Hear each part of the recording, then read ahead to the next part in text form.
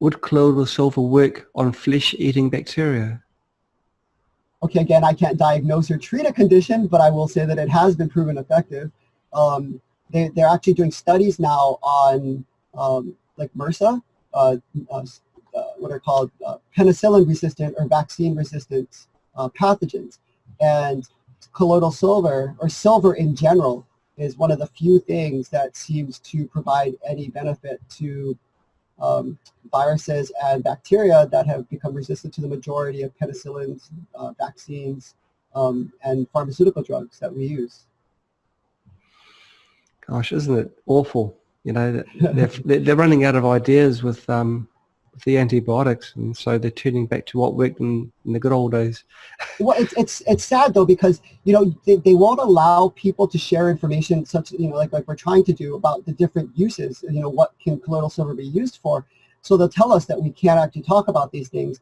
But meanwhile, a lot of hospitals are buying products now where silver is incorporated into the bed sheets, the rags, into the surgical instruments, into the face masks, breathers, almost everything now they're starting to incorporate.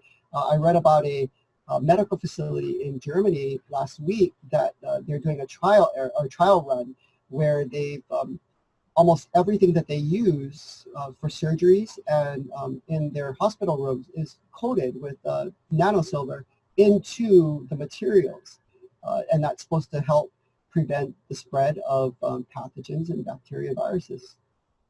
So something so simple, and they will have copper handrails, because copper is another antibacterial metal. They had this exposed copper handrails, and these are public handrails, and they do bacterial swabs, and they don't have live bacteria on them. Most of the heavy metals in very minute amounts and small particles can have some beneficial effect. Copper, gold, you talked to Frank about gold. The problem is that silver, the benefit with silver is that it has a much higher toxic load.